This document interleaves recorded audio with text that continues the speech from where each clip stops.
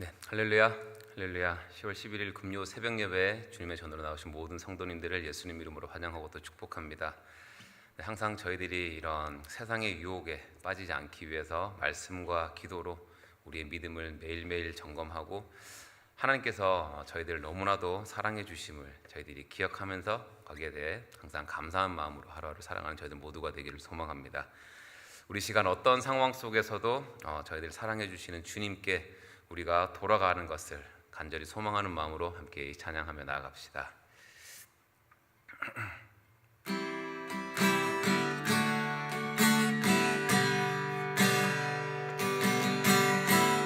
내 백성이 나를 떠나 돌아섰지만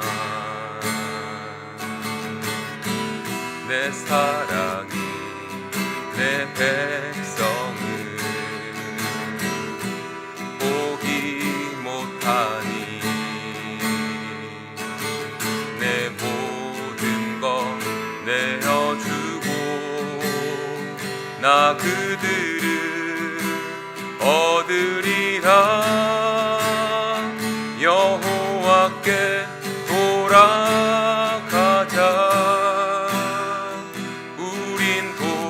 돌아서도 그는 변치 않네. 여호와께 돌아가자. 우린 넘어져도 그 사랑 영원하네. 내 백성이 나를 떠나 돌아섰지만 내 사랑이 내 백성을 포기 못하니 내 모든 것 내어주고 나 그들을 얻으리라. 여호와께 돌아가자. 돌아서도 그는 변치 않네. 여호와께 돌아가자. 우린 넘어져도 그 사랑 영원하네. 여호와께 돌아가자. 우린 돌아서도 그는 변치 않네. 여호와께 돌아가자. 우린 넘어져도 그 사랑 영원하네. 사랑은 오래 참고 자신을 내어주네. 서로 사랑할 때 세상은 주보내. 사랑은 절대 지지 않네. 사랑은 오래 참고 자신을 내어주네. 서로 사랑할 때 세상은 주보내. 사랑은 절대 지지 않네. 여호와께 돌아가자. 우린 돌아서도 그는 변치 않네. 여호와께 돌아가자. 우린 넘어져도 그 사랑 영원하네. 여호와께 돌아가자. 우린 돌아서도 그는 변치 않네. 여호와께 돌아가자. 우린 넘어져도 사랑 영원하네.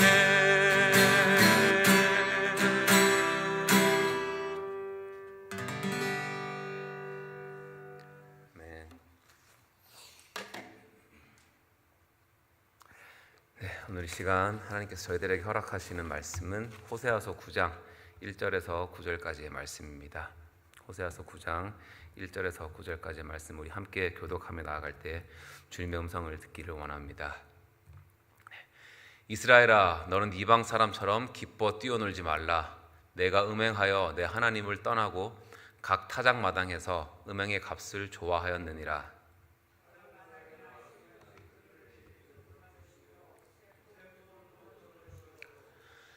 그들은 여호와의 땅에 거주하지 못하며 에브라임은 애굽으로 다시 가고 앗수르에서 더러운 것을 먹을 것이니라.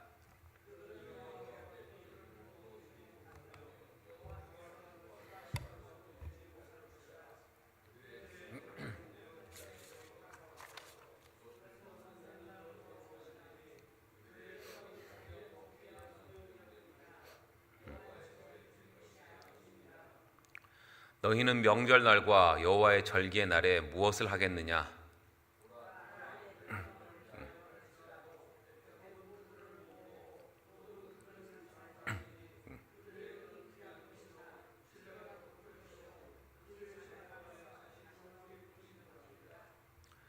형벌의 날이 이르렀고 보응의 날이 온 것을 이스라엘이 알지라. 선지자가 어리석었고 신에 감동하는 자가 미쳤나니 이는 내 죄악이 많고 내 원한이 큼이니라.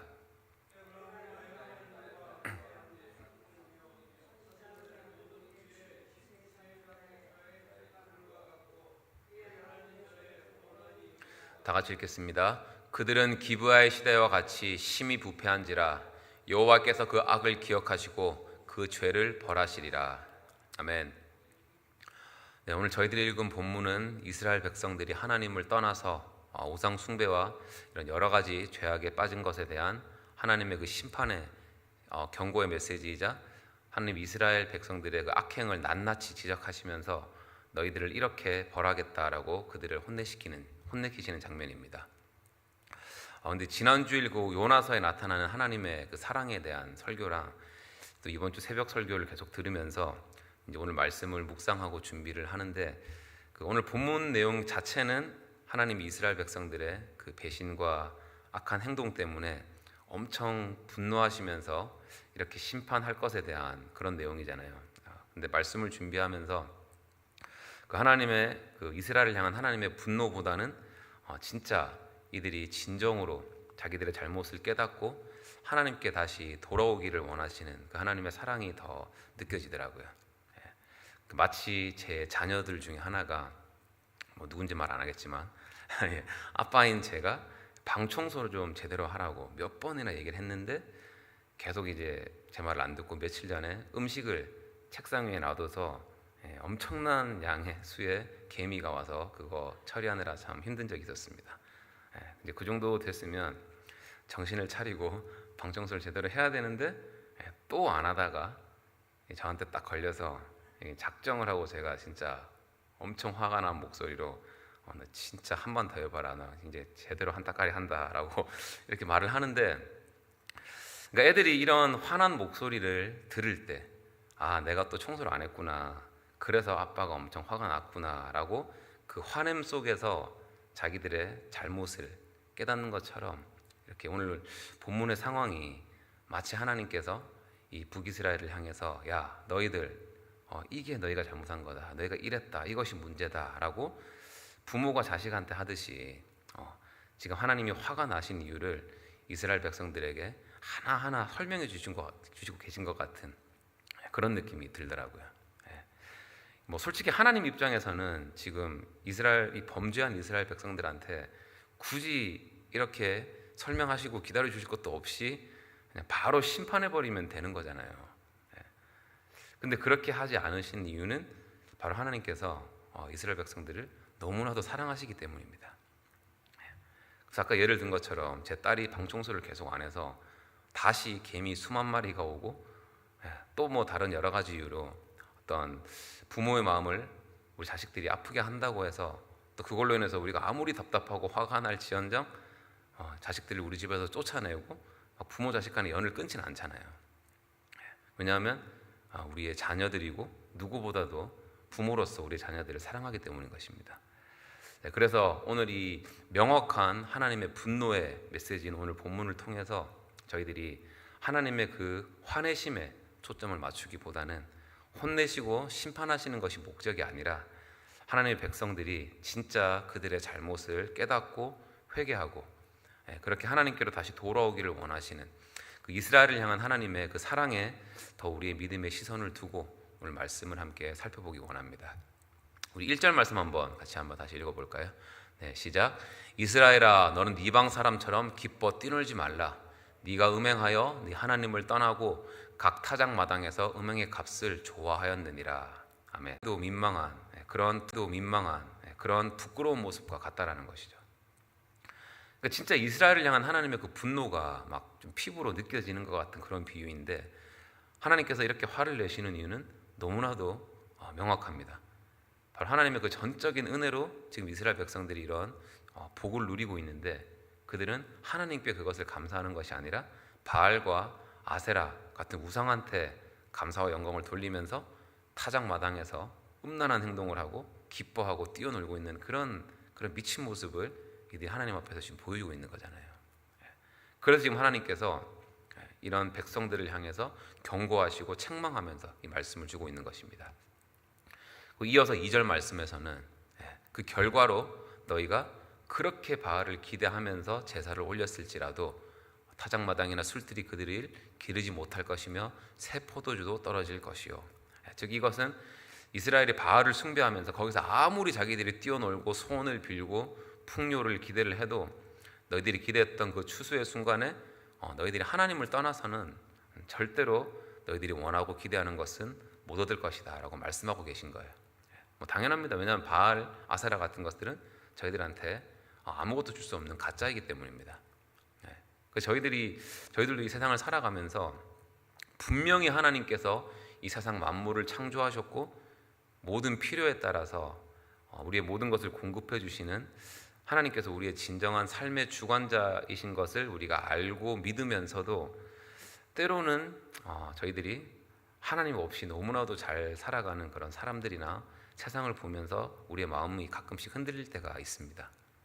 특히 우리가 어떤 문제로 인해서 넘어지고 낙심되어 있을 때, 우리 힘으로 해결할 수 없는 상황을 맞이했을 때, 그때 또 이런 세상의 사람들이 우리를 보면서 하나님 믿는다고 하더니만 꼴 좋다라는 식으로 그런 조롱을 하고 할 때 기분도 엄청 나쁘지만 동시에 저희들 마음속에 나도 저렇게 살아야 되나? 또 저들처럼 사는 게 진짜인가? 라는 유혹이 들 때가 가끔씩 있을 수가 있지만, 진리이신 하나님의 말씀이 저희들에게 분명히 말씀하시기를 우리의 만족 되시는 분, 우리 삶의 진정한 공급자는 바로 단 한 분, 하나님뿐이시라는 것을 의심 없이 믿으시기 바랍니다. 우리 같이 함께 요한복음 15장 5절 말씀 한번 읽어볼까요? 자, 뒤에 보면 같이 한번 읽어보겠습니다. 시작. 나는 포도나무요 너희는 가지라. 그가 내 안에 내가 그 안에 거하면 사람이 열매를 많이 맺나니 나를 떠나서는 너희가 아무것도 할 수 없음이라. 아멘. 나를 떠나서는 너희가 아무것도 할 수 없음이라. 하나님을 떠나서는 우리가 아무것도 할 수 없다라는 것을 분명히 말씀해주고 있습니다. 그래서 저는 하나님께서 오늘 이 1절 말씀을 통해서 이렇게 이스라엘아 너는 아무것도 아닌 그 우상 앞에서 이방 사람처럼 뛰어놀지 말라, 그 앞에서 버리는 그 음행의 값을 좋아하지 말라라고 하는 이 말씀을 우리가 좀 반대로 한번 생각해 봤으면 좋겠습니다. 그러니까 하나님께서 우리들에게 바라는 그런 참 모습은 세상 앞에서 그런 우상 앞에서 우리가 막 기뻐하고 뛰어노는 그런 추한 모습이 아니라 우리가 바로 하나님 앞에서 뛰어놀고 그 은혜에 감사하면서 하나님을 찬양하고 기뻐하는 그런 모습이라는 것입니다. 바로 우리가 드리는 이 예배가 그러한 시간인 것이죠. 우리 시편 말씀 또 68편 3절 말씀 한번 읽어볼까요? 제일 마지막 거 있습니다. 같이 한번 큰 소리로 읽겠습니다. 시작. 의인은 기뻐하여 하나님 앞에서 뛰놀며 기뻐하고 즐거워할지어다. 한 번 더 읽겠습니다. 의인은 기뻐하며 하나님 앞에서 뛰놀며 기뻐하고 즐거워할지로다. 아멘. 네, 이 시편 말씀처럼 우리가 진정으로 즐거워하고 뛰어놀 수 있는 곳은 바로 하나님 앞에서인 줄로만 믿습니다. 네.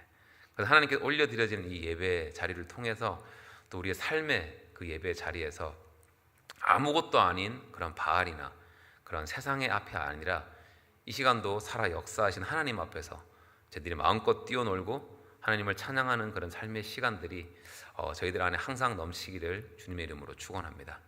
네. 자, 이제 오늘 본문 말씀 3절 같이 한번 읽어보겠습니다. 시작. 그들은 여호와의 땅에 거주하지 못하며 에브라임은 애굽으로 다시 가고 아수르에서 더러운 것을 먹을 것이니라. 아멘. 3절에서는 이스라엘 백성들이 아직은 기회가 있는 이 시간에 하나님의 계속되는 경고 속에서도 그들이 끝까지 돌아오지 않고 회개하지 않는다면 그 결과는 그들이 여호와의 땅에서 쫓겨나게 되는 그런 비참한 꼴을 맞이할 것이라고 말씀하고 계십니다. 신명기 8장을 보게 되면 그 이스라엘의 땅에 대한 이야기가 나오는데 구약 시대에서 이스라엘에게 있어서 땅은 그 하나님과 이스라엘 백성들 간의 그 관계를 나타내는 어떤 지표와 같은 것이었습니다. 그러니까 이스라엘이 하나님의 명령을 잘 지키고 하나님과의 관계가 좋으면 이스라엘은 하나님의 땅 그 안에서 안식과 축복과 그런 강성함을 누렸지만 반면에 그들이 하나님의 말씀을 따르지 않고 율법을 잃어버리고 우상을 섬겼을 때는 여지없이 하나님은 그 땅을 다른 나라의 손에 넘기셨습니다. 그래서 지금 하나님이 아니라 이 우상을 이들이 섬기고 있기 때문에 너희들은 여호와의 땅에 거주하지 못할 것이며 에브라임은 애굽으로 다시 가고 아수르에서 더러운 것을 먹을 것이라 라고 말씀하고 있는데 이것은 그 이스라엘이 하나님과의 관계를 잃어버렸기 때문에 그들이 하나님이 주신 그 축복의 땅 가나안에서 더 이상 살 수 없다는 것을 말하고 있고 여기서 나오는 에브라임은 그 북이스라엘 전체를 말하고 있는데 그렇게 이들이 이 죄의 결과로 애굽으로 다시 돌아간다라는 것은 이제 과거 애굽에서 그 노예 생활을 했던 그때의 노예 상태로 다시 돌아간다는 것이고 아수르에서 더러운 것을 먹는다라는 것은 이제 그들이 아수르의 포로로 끌려가서 그들의 부정한 음식을 먹게 될 것이고 거기서 하나님과의 관계를 완전히 잃게 되고 그렇게 영적으로도 육적으로도 엄청난 고난을 겪게 될 것에 대해서 지금 말하고 있는 것입니다. 그리고 3절은 이 시대를 살아가는 저희들에게도 동일하게 적용이 되는데 우리가 하나님을 떠나서 내가 원하는 것 이렇게 세상의 것들을 더 추구하게 되고 살아가게 되면 결국에는 하나님께서 저희들에게 허락하신 이 모든 축복을 우리가 잃을 뿐만이 아니라 영적으로도 완전히 무너지는 상태에 이를 수밖에 없다라는 그런 하나님의 경고인 것이죠.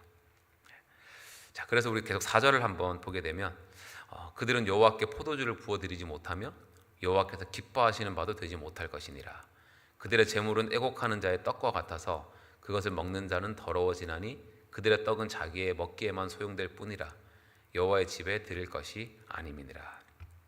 이 구절은 이스라엘 백성이 이제 하나님의 그 진노로 인해서 아수르와 같은 이방 나라에 끌려가게 되었을 때 그 상황을 또 예언하고 있는 것입니다.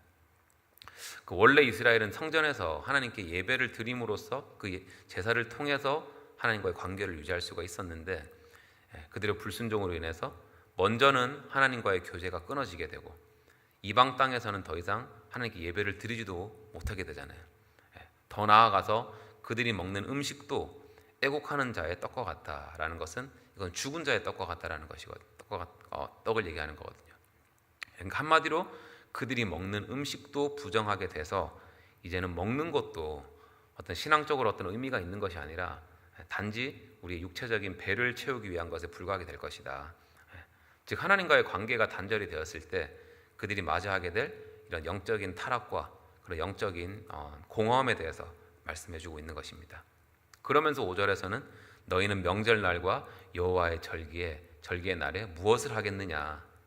맞죠? 이스라엘 이방 나라의 포로로 끌려간 그 백성들이 하나님께서 명하신 그 절기에 무엇을 할 수가 있겠습니까? 아무것도 없죠.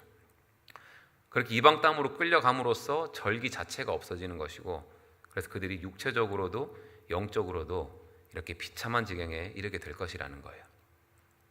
그리고 6절 보라 그들이 멸망을 피하여 갈지라도 애굽은 그들을 모으고 노은 그들을 장사하리니 그들의 은은 귀한 것이나 찔레가 덮을 것이요 그들의 장막 아래는 가시덩굴이 퍼지리라.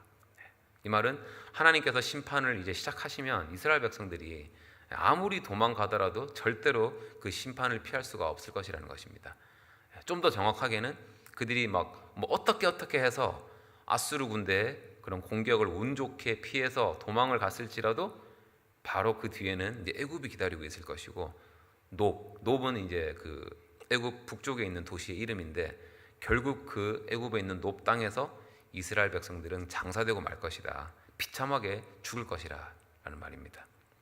그리고 그들의 은은 귀한 것이나 찔레가 덮을 것이요 그들의 장막, 그들의 집은 가시 덩쿨이 퍼지리라.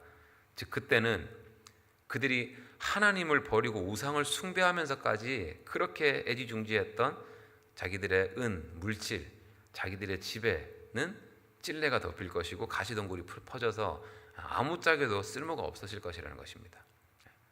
그러니까 하나님 대신에 바알과 아세라를 섬기고, 그러니까 이 땅에 이 세상에 소망을 두고 이 악한 세상이 주는 즐거움에만 정신이 팔려서 살아가게 되면 결국은 이런 환난과 심판이 반드시 오게 될 것이라는 거예요.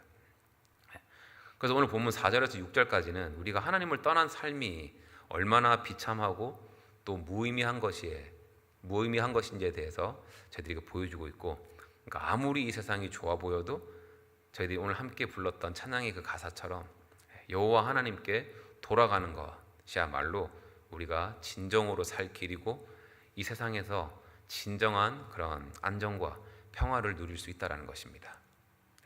이 진리를 우리가 꼭 명심하고 매일의 그 영과 진리로 드리는 그 예배를 통한 하나님과의 우리의 그 관계와 교제를 우리 삶의 최우선 순위로 두고, 그렇게 우리가 하나님의 마음을 알고 주님 뜻에 순종하며 살아가는 저희들 모두가 되기를 소망합니다.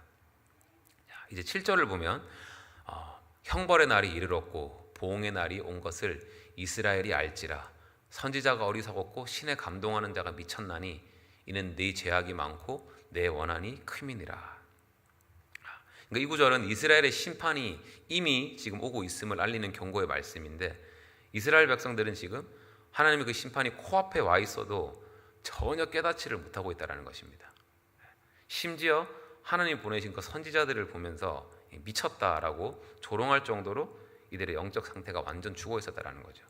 그리고 8절을 보면 에브라임은 나의 하나님과 함께 한 파수꾼이며 선지자는 모든 길에 친 새 잡는 자의 그물과 같고 그의 하나님의 전에는 원한이 있도다. 이 8절은 제가 아무리 읽어도 이해가 안 되는 거예요. 그래서 쉬운 성경을 보니까 좀 더 의미가 명확한데 제가 한번 읽어보겠습니다. 하나님의 예언자는 에브라임을 지키는 파수꾼이었습니다. 그런데 예언자는 어디를 가든지 덫을 만나고 하나님의 성전에서도 적대감을 느낍니다. 아멘. 즉 이스라엘, 에브라임이 하나님의 선지자를 통해서 보호받고 경고를 받아야 되는데 오히려 그 선지자가 지금 백성들로부터 위험에 빠지고 있고, 또 선지자가 하나님의 메시지를 전해야 되는 그 자리에 있지만 그마저도 덫에 걸려서 어려움을 겪고 있고, 심지어 하나님의 성전에서조차 반대와 저항을 받고 있다는 뜻입니다. 그러니까 한마디로 이스라엘 백성들이 지금 영적으로 완전 죽어 있으니까 하나님의 그 말씀을 전하는 선지자를 인정하지도 않고 오히려 그들에게 원한을 품었다는 거예요. 그러면서 마지막 9절에서는 이런 이스라엘의 영적인 부패가 사사시대의 그 기브아 사건 때와 다르지 않다라고 합니다. 우리 9절 말씀 한번 다 같이 읽어보겠습니다. 시작. 그들은 기브아의 시대와 같이 심히 부패한지라 여호와께서 그 악을 기억하시고 그 죄를 벌하시리라. 아멘. 여러분 그 사사기 19장 때 나오는 기브아 시대에 있었던 사건을 기억하십니까?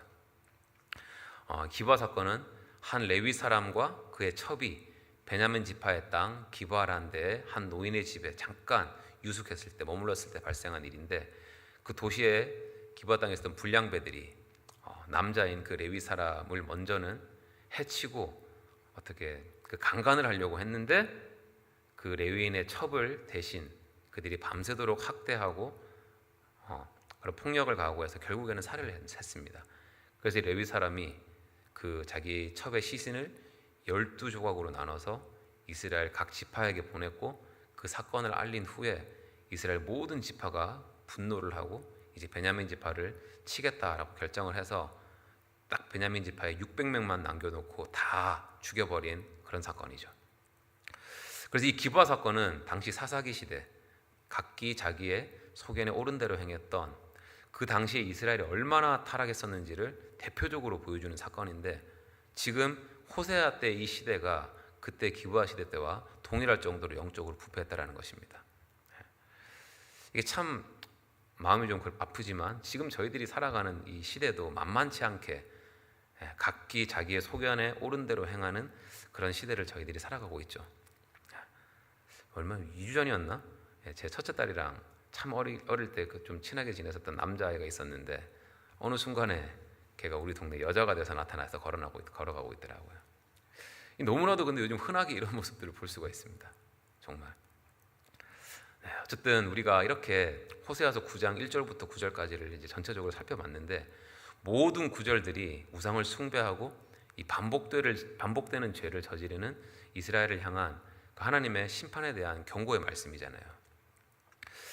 그러니까 다시 한번 진짜 이 정도로 백성들이 타락을 했으면 하나님께서 뭐 기다리실 것도 없이 한 방에 싹 쓸어버려도 우리가 충분히 이해가 될 정도인데 그렇게 하지 않으시고 자세하게 이렇게 그들의 문제점을 지적하고 계시고 경고하고 계신다라는 것은, 이건 초반에 말씀드렸듯이 하나님께서 이스라엘 백성들을 그만큼 사랑하신다라는 것입니다. 사랑이 없이는 이렇게 하실 수가 없죠, 진짜. 그리고 지금 이스라엘 백성들이 저지르고 있는 죄들을 저희들이 보면 정말 악해 보이잖아요. 너무나도 악해 보이잖아요. 그 죄들을 1절부터 9절까지 저희들을 한번 쫙 정리를 해보면, 하나님을 배반하고 그런 우상 세상을 섬기고 자기들의 쾌락에 취해서 음란한 마음으로 행동하고 기뻐하고, 하나님께서 아무리 말씀하셔도 안 듣고 똑같은 죄를 계속 짓고, 선지자를 통해서 하나님의 마음을 알려줘도 그 선지자를 오히려 욕하고 미친 사람 취급하고, 요즘으로 치면 올바른 하나님의 말씀을 선포하고 대언하는 목회자들을 막 욕하고 비판하는 것이죠. 그러니까 이게 결국에는 누구의 이야기입니까? 바로 저희들이잖아요. 저희들. 저는 요즘에 이 호세아서 말씀 자체가 좀 힘들긴 힘들지만 이 말씀들을 묵상하고 말씀을 준비하고 기도할 때마다 신기할 정도로 제 기억 속에서조차 잊혀져 있었던, 누군가에게 말하기도 민망한, 예전에 제가 막 마음으로 저질렀던, 행동으로 저질렀던, 말로 저질렀던 그런 죄들을 하나님께서 너무나도 선명하게 하나씩 기억나게 해주시는 거예요. 그러니까 그러면서 그런 생각들이 나고 하나님께 죄송합니다 회개하고 나아갈 때마다 진짜 이 죄인 중에 이 대역 죄인인 저를 하나님께서 끝까지 기다려주시고 참아주시고, 이렇게 예수 그리스도를 통해서 저희 그 죄를 단번에 이렇게 해결해 주신 하나님의 사랑에 대해서 정말 너무너무 감사하는 시간을 안 가질 수가 없더라고요, 정말. 그래서 정말 우리 사랑하는 성도 여러분, 하나님 물론 우리의 죄를 미워하시지만 저희들을 너무나도 사랑하시기 때문에 이렇게 선지자를 통해서, 말씀을 통해서, 상황을 통해서 계속 우리들이 그 죄에서 돌이켜서 하나님께로 다시 돌아오기를 원하십니다. 그렇기 때문에 우리는 이렇게 진리의 말씀을 통한, 예배를 통한 하나님의 말씀을 들었을 때, 경고의 말씀을 들었을 때 내가 듣기 싫어서 나랑 안 맞다라는 그런 이유로 안 듣고 무시하고 피하는 것이 아니라, 그 순간순간 하나님께서 그런 마음을 주실 때마다 우리의 죄를 인정하고 회개하고 하나님께로 반드시 다시 돌아가야 하는 것입니다. 왜냐하면 그렇게 할 때만이 저희들이 우리를 끝까지 기다려주시고 자기의 생명마저 아끼지 않으셨던 예수 그리스도의 그 무한하신 사랑을 우리 삶에서 진정으로 경험할 수가 있기 때문입니다. 그래서 오늘도 이 새벽에 하나님이 정말 우리를 얼마나 사랑하시는지를 저희들이 다시 한번 깨닫고, 우리의 삶에서 저희들만 각자만 알 겁니다. 어떤 방식으로든 우리가 하나님으로부터 그 관계가 멀어져 있다면 이 시간 하나님께 다시 돌아가기를 원합니다라고 간절하게 우리가 하나님께 기도하고 또 그렇게 결단하는 시간을 가지시기 바랍니다. 그렇게 저희들이 함으로써 하나님과의 관계가 회복이 되고 하나님의 말씀을 붙잡고 매일매일 그런 믿음의 삶을 살아가면서 부족하지만 우리의 삶을 통해서, 우리 인생을 통해서 하나님의 그 거룩하심이 드러날 수 있도록, 우리가 있는 모든 곳에서 예수 그리스도의 향기가 풍겨질 수 있도록, 그런 하나님께 영광 올려드리는 멋진 삶을 살아가는 저희들 모두가 되기를 주님의 이름으로 축원합니다. 아멘. 기도하겠습니다. 주님 감사합니다. 오늘도 저희들을 예배의 자리로 불러주시고 말씀으로 주님께서 이 시간도 우리와 함께 하심을 깨닫게 하시니 감사드립니다. 아버지, 오늘도 허락하신 말씀을 통해서 저희들의 삶을 다시 한번 되돌아보게 하시니 또한 감사드립니다. 때론 저희들이 주님께서 베풀어 주신 그 은혜와 축복을 너무나도 당연하게 여기며 감사하지 않고 또 세상의 유혹에 빠져서 하나님과 멀리 떨어진 삶을 살았던 저희들의 이 죄를 아버지 이 시간 회개합니다. 아버지, 이 시간 주님을 떠나 살았던 우리의 마음이 다시 주님께로, 여호와께로 돌아가기를 간절히 원하오니 아버지, 저희를 용서하여 주옵시고 새롭게 하여 주옵시고 성령으로 우리의 마음을 채워 주시옵소서. 아버지, 우리가 세상의 유혹과 땅의 것들에 마음을 뺏기지 않게 하여 주시고 오직 주님의 뜻 안에서 감사와 순종의 삶을 살아가는 저희들 모두가 되게 인도하여 주시옵소서. 아버지, 그렇게 우리의 삶 속에서 하나님을 향한 사랑과 감사가 매 순간순간 넘치게 하여 주시고 날마다 저희를 향하신, 우리 교회를 향하신 하나님의 마음을 알고 그 뜻을 알고 주님의 말씀에 순종하며 살아가는 우리 한빛교회 모든 성도들 될 수 있도록 성령님 인도하여 주시옵소서. 감사드리며 모든 말씀 우리 주 예수 그리스도 이름으로